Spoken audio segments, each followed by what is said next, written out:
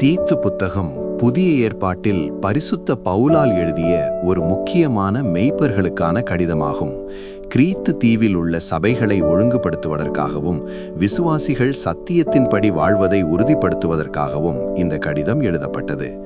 பவுல் தனது நம்பிக்கைக்குரிய சக ஊழியரான தீத்துவை அங்கு விட்டுச் சென்றார்.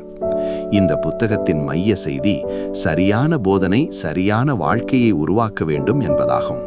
சபையில் மூப்பர்கள் எப்படிப்பட்டவர்களாக இருக்க வேண்டும், அவர்கள் குடும்பத்திலும் சமூகத்திலும் குற்றமற்றவர்களாக இருக்க வேண்டும் என்று பவுல் வலியுறுத்துகிறார். தவறான போதனைகளையும் பயனற்ற வாதங்களையும் கடுமையாக எதிர்க்கும்படி தீத்துவுக்கு அறிவுறுத்துகிறார். தீத்து புத்தகம் கிருபையையும் நல்ல கிரியைகளையும் இணைத்து காட்டுகிறது. தேவனுடைய கிருபை நமக்கு ரட்சிப்பை தருகிறது என்று சொல்லும் பவுல், அதே கிருபை நம்மை பரிசுத்தமாகவும் சுய கட்டுப்பாட்டோடும் தேவனுக்கு பிரியமான வாழ்க்கையோடும் வாழ செய்கிறது என்கிறார். ரட்சிப்பு நம் கிரியைகளால் அல்ல, தேவனுடைய கிருபையால் மட்டுமே.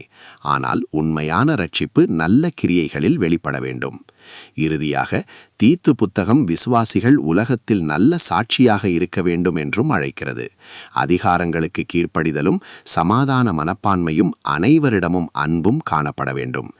இன்றைய சபைக்கும் விசுவாசிக்கும் இந்த புத்தகம் சொல்லும் செய்தி ஒன்றே: கிருபையால் ரட்சிக்கப்பட்ட நாம் நல்ல கிரியைகள் நிறைந்த வாழ்க்கை வாழ வேண்டும் என்பதே. ஆமேன்.